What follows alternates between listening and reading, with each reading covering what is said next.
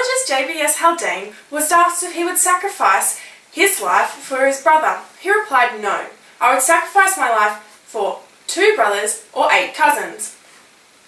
This represents the kind of altruistic behaviour observed in the animal world. W.B. Hamilton created a rule measuring this kin selection and altruistic behaviours. This is known as Hamilton's rule. The benefits to the adopted juvenile, discounted by the individual's relatedness between both adoptee and adopter, exceeding the fitness cost that the extra juvenile will put on the adopting parent. This can be shown in Figure 1.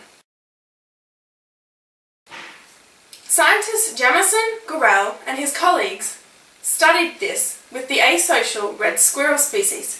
They aimed to look at the adoptions and prove Hamilton's rule. The experiment was over 19 years.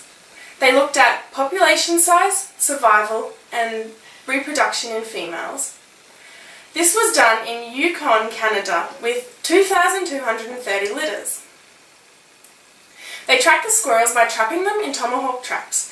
Pregnancies were closely observed looking at palpitation and weight gain.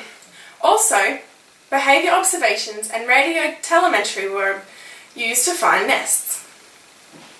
Once the litters were born, they were entered straight away. The juveniles were ear-notched, weighed and sexed and put back. After 23 weeks post-patrum, they were ear-tagged and re-weighed. 5 cases was all there was of adoption over the 19 years. 4 of them were all adopted between 43 and 63 days old, and they are typically weaned after 70 days. In the 5th case, though, the juveniles were adopted in its first few days.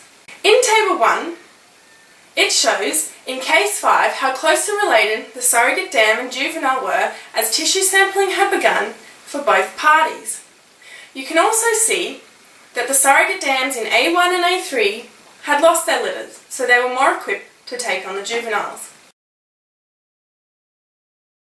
In Graph 1, the fitness cost or benefit decreases as the litter size grew, and the cost to adopt the juvenile became greater as the litter size increased. This is all consistent with Hamilton's rule.